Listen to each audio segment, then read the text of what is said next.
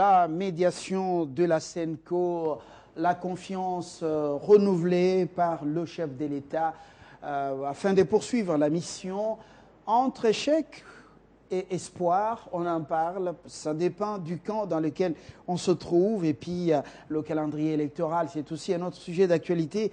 Pourquoi la CENI va-t-elle encore consulter alors que l'accord est clair là-dessus après les travaux de la Cité de l'Union africaine? La CENI avait déjà toutes les options claires afin de faire une proposition concrète en rapport avec le calendrier électoral réaménagé. On en parle avec deux invités. Nous avons Laurent Ochoumbe, président national de la jeunesse, de la Ligue de jeunes des Lécidés. Bienvenue. Merci, bonsoir. Et c'est lui qu'on ne présente plus. C'est l'invité qui est souvent avec nous. Il est le président de la Ligue de jeunes de l'UNC, Billy Kambale. C'est au niveau national. Bienvenue, Billy. Merci beaucoup. Moi, c'est au niveau de Kinshasa. Au niveau de Kinshasa, merci pour la précision. On commence par la médiation de la SENCO. Billy Kambale, entre échec et espoir, à l'UNC, vous parlez de l'échec ou vous parlez de l'espoir? La confiance a été renouvelée par le chef de l'État. Non, nous ne pouvons que parler de l'espoir, parce que pour nous, même si une seule vie humaine peut être épargnée dans les jours à venir, je crois qu'il faut explorer cette piste. Pour nous, nous avons dit, nous encourageons la démarche de la SENCO, puisque l'inclusivité par rapport à ce que nous avions fait à la Cité de l'Union africaine doit être notre cheval de bataille de chaque jour.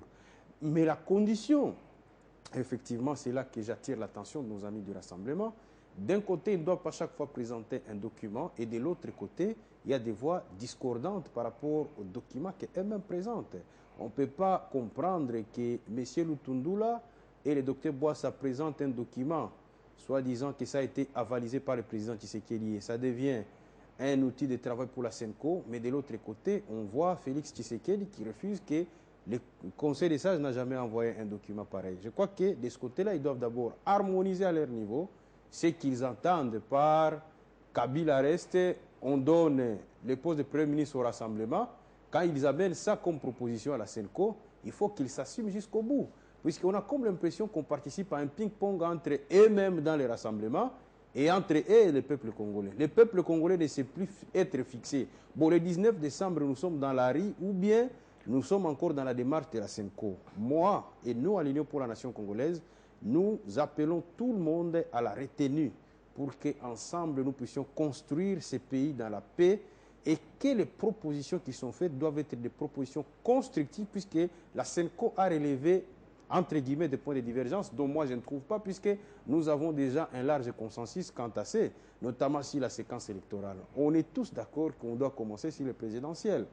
On dit qu'il y a un problème de divergence sur l'interprétation du respect de la Constitution. Non, il n'y a pas un problème de divergence. C'est tout simplement un problème de bonne ou mauvaise foi par rapport à la situation telle que notre pays la traverse. On nous dit qu'il y a un problème de la gestion de la transition. Il y a divergence de vie entre les rassemblements et nous qui avons pris part au dialogue de la Cité de l'Union africaine. Pas du tout. Puisque les rassemblements, dans son mémoire, la SENCO dit que nous acceptons que le président Kabila continue, mais que les postes de Premier ministre reviennent au Rassemblement. Donc c'est un problème ici d'ego et de positionnement. Alors il faut qu'il soit avec le peuple congolais, qu'il soit humble et qu'il dise non au peuple. En réalité, nous voulons la primature, nous ne voulons pas que vous alliez dans la rue. C'est tout ce qu'ils doivent dire. Et ils doivent être clairs avec le peuple congolais au lieu de continuer à nous embrouiller avec des concepts creux. Tantôt, c'est le peuple dans la rue, tantôt, rencontre Kabila Tshisekedi. Mais le président Kabila avait rencontré le président Jean-Pierre Bemba en 2006. Ça n'a pas empêché un bain de sang dans la ville de Kinshasa. Donc, nous devons tirer les leçons de nos échecs pour qu'ensemble, nous puissions construire un pays sur de nouvelles perspectives, que nous amenions le peuple vers le rendez-vous avec l'espérance. Laurent Ochoumbe, est-ce qu'au Rassemblement, vous êtes prêt à prendre en compte toutes ces observations apparemment pertinentes? Votre réaction? Merci beaucoup, cher ami, encore une fois pour l'invitation de Télé 50. Je dois d'abord commencer par dire que nous ne pouvons pas, aujourd'hui, en tant que Rassemblement, c'est l'opposition responsable qui a sollicité à ce qu'il y ait échange politique dans ce pays, étant entendu que la Constitution est violée. Parce que mon co-débatteur parle de la lecture qui est opposée sur la respectabilité de la Constitution, ou bien que si nous sommes à ce niveau, effectivement, c'est parce qu'il y a violation de la Constitution et cela sonne parallèlement à ce que le chef de l'État a affirmé devant le Congrès. Pourquoi je le dis? Il ne va pas oublier si rapidement que le 19 septembre, au regard de la lecture réelle de notre Constitution, date à laquelle les élections présidentielles devraient être organisées dans ce pays. Chose qui n'a pas été faite, ça s'appelle violation de la Constitution. Et que donc, aujourd'hui, chers amis, le rassemblement n'évolue pas à contre-courant de l'histoire. Nous sommes un regroupement politique qui brille par notre constance, parce que depuis que nous avions demandé ces discussions politiques ou ces dialogues, nous restons égaux à nous-mêmes au regard de nos différentes revendications. Mais les parce que revendications, il y a eu quand même beaucoup d'avancées au niveau des revendications, au niveau des préalables. Vous en êtes conscient? Je ne dirais pas non. Pourquoi nous avions donné ce que nous appelons préalable? Et à ce moment-là, nous étions ensemble avec l'UNC de Vital Kamerhe. Même si aujourd'hui, ils y sont roulés dans la farine, mais ils continuent à en croire. J'en applaudis parce que c'est ça aussi le nationalisme. À son temps, nous avions dit ceci. Nos frères qui sont emprisonnés pour leurs opinions, pour leurs positions politiques, sont aussi congolais comme nous aujourd'hui. Et que donc, si nous voulons chercher un consensus national, ils doivent être tous dehors et pour nous permettre à ce que nous prenions des positions réelles par rapport à notre évolution. Et aujourd'hui, chers amis, vous me parlez du cahier des charges du rassemblement. Les rassemblements restent constants, il n'y a jamais dissonance. M. Félix Tshisekedi qui a été cité ici n'est pas le président du conseil des sages du rassemblement. Mon ami qui co-débat avec moi aujourd'hui, c'est que c'est le président Tshisekedi et qui est le président du conseil des sages du rassemblement et que le rassemblement a plusieurs commissions. Et que donc, le conseil des sages ne s'est jamais réuni. Il a même publié un communiqué il y a 2 ou 3 jours. Il n'a jamais mis en cause ce communiqué, qui est un document interne de travail, je le rappelle. Ce n'est pas un accord politique, comme d'aucuns le disent. C'est un document de travail entre le rassemblement et la SENCO. Et lorsque les violons vont s'accorder, et je pense qu'il y aura un document final qui sera pondu, et qu'aujourd'hui, il ne peut pas y avoir agitation. S'il y a agitation, ça serait une agitation indue, parce que les échanges, au moment où ils ont lieu aujourd'hui, ça se passe à l'interne.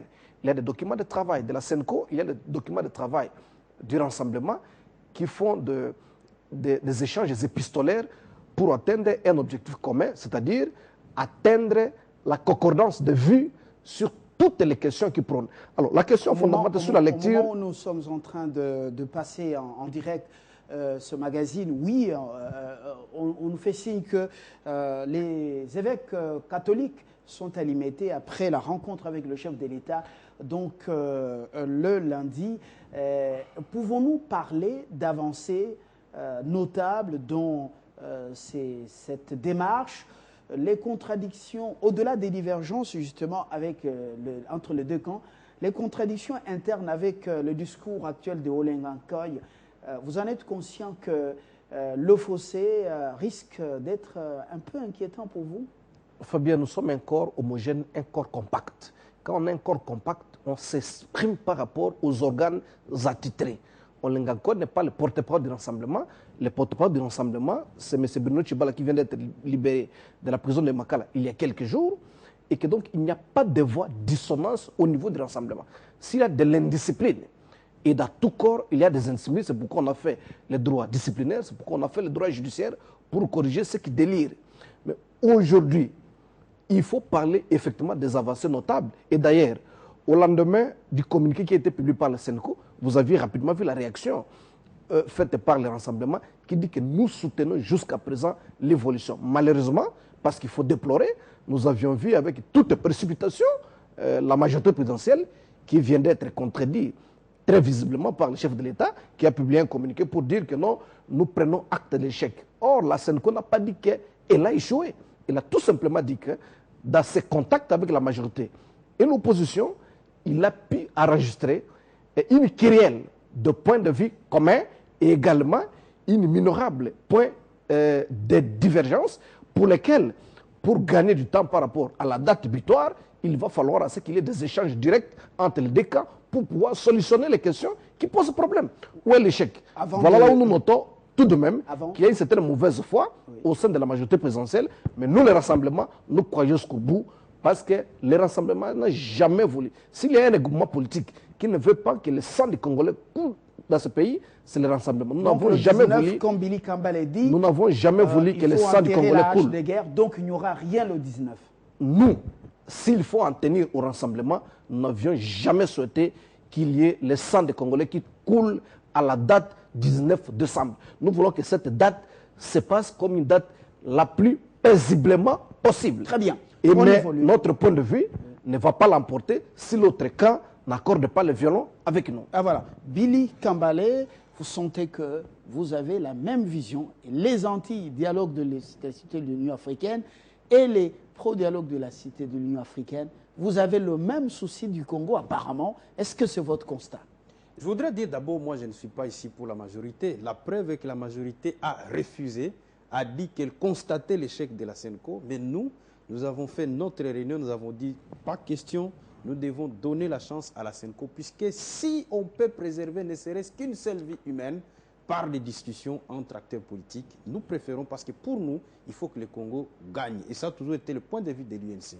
Maintenant, quand on dit que l'UNC a rejeté les préalables, mais vous pouvez lire l'accord. Nous avions dit que les gouvernements de transition qui sera mis en place aura comme mission de poursuivre les mesures de décrispation de la situation, c'est-à-dire la libération des prisonniers politiques et d'opinion, ainsi que d'autres mesures, la réouverture des médias proches de l'opposition, ainsi de suite. Nous sommes d'accord. Mais le problème, c'est que nous savons mettre au devant l'intérêt supérieur de la nation.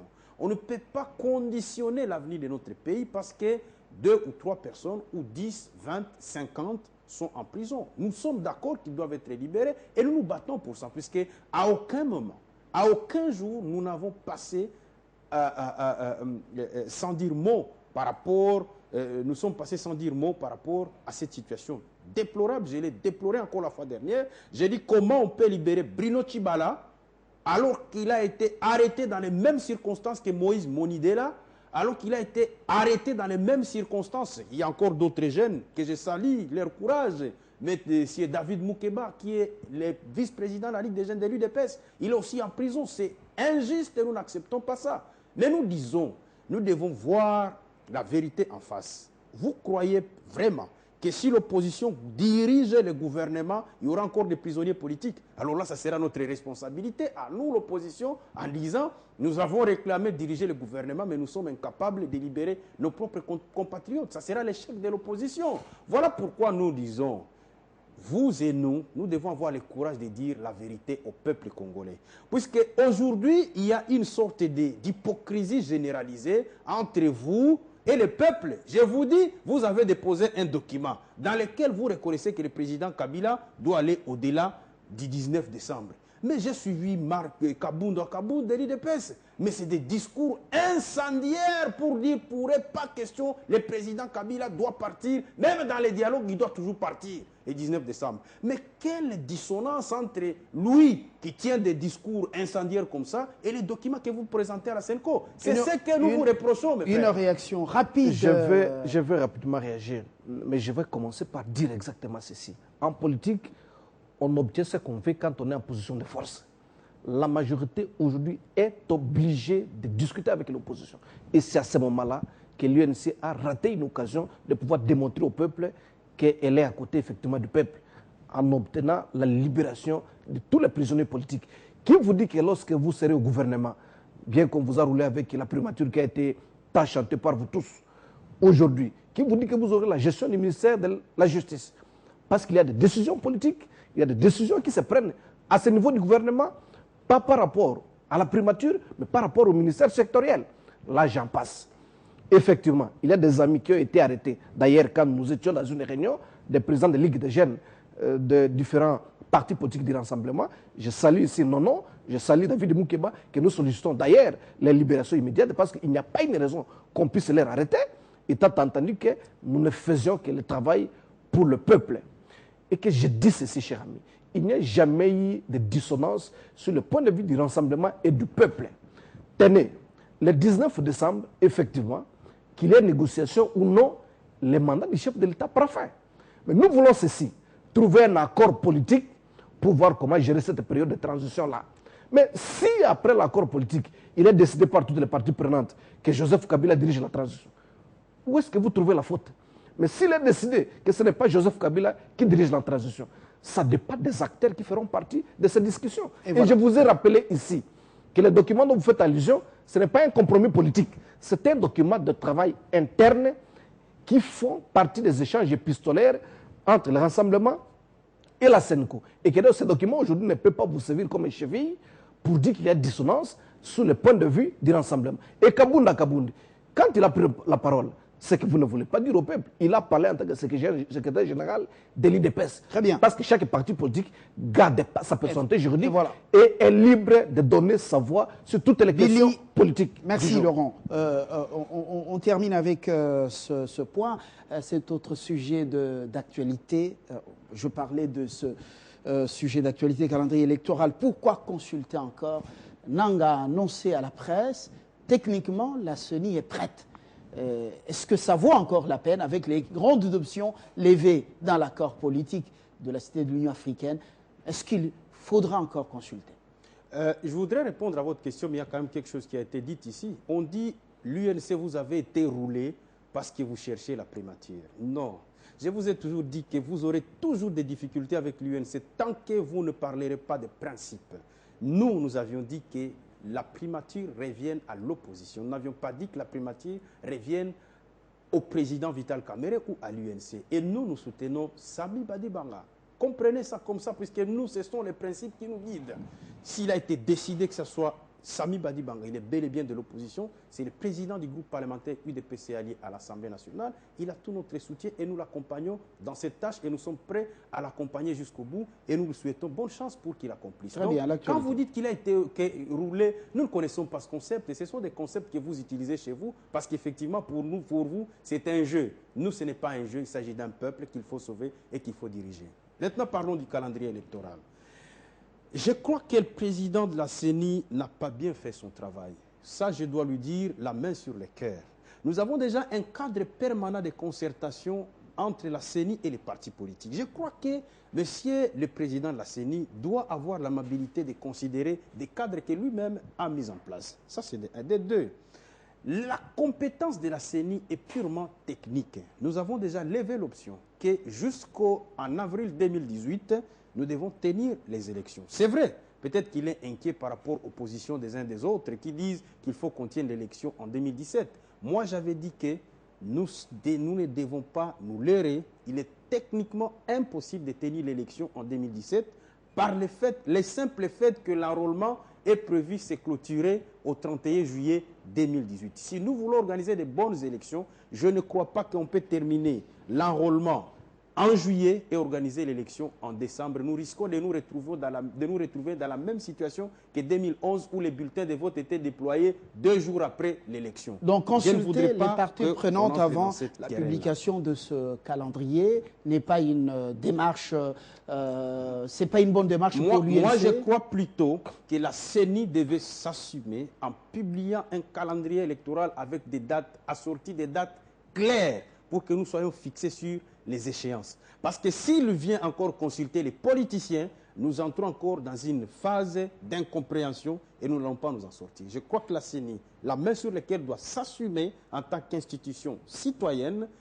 publier le calendrier pour que ensemble nous puissions nous préparer et ce sera le moment pour que nous entrions dans la bataille pour éviter ces suspicions sur des probables référendums et consorts. Je crois que la CENI doit être claire sur ces matières parce que nous entendons dans certaines officines qu'il y aurait des référendums en vue. Je crois que ça serait une manière pour la CENI de casser ces suspicions. Laurent, la CENI est-elle hésitante?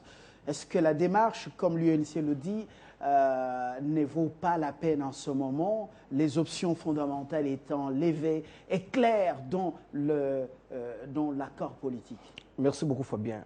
À la place de Billy, j'aurais effectivement employé la même attitude, étant entendu que les carottes sont cuites et qu'aujourd'hui, ils n'ont pas de choix que de pouvoir soutenir Badibanga, alors que la réalité, c'est qu'il y a malaise. Vous aviez suivi une dépêche aujourd'hui où Kamere incite Abadi Banga de ne pas pouvoir débaucher ses membres, c'est qu'il y a malaise. Par rapport à la CENI, je crois que la CENI s'est décrédibilisée il y a longtemps. C'est pour cette raison, quand vous lisez les résolutions du conclave délimité, il est dit que les animateurs de la CENI doivent être échangés. Tenez, certes, les CID, c'est le parti politique qui n'a pas pris part au dépôt de candidats députés provinciaux qui a été organisé il y a quelques temps, mais au moins les gens ont déposé l'argent. La CENI ne s'est jamais justifiée. Pourquoi il a arrêté ce processus et où est parti cet argent? Et qu'aujourd'hui, parler de Nanga, alors que l'accord même qui fonde la démarche de publier le calendrier électoral aujourd'hui est tombé en désuétude. Figurez-vous que le fameux article 24 parle du gouvernement dans 21 jours. Alors je me pose la question, s'il n'y a pas de gouvernement dans 21 jours, qu'est-ce qui rassure aux amis qu'au mois d'avril 2018, selon les accords, il y aura élection? Donc en droit, il y a ce qu'on appelle caducité par l'usure.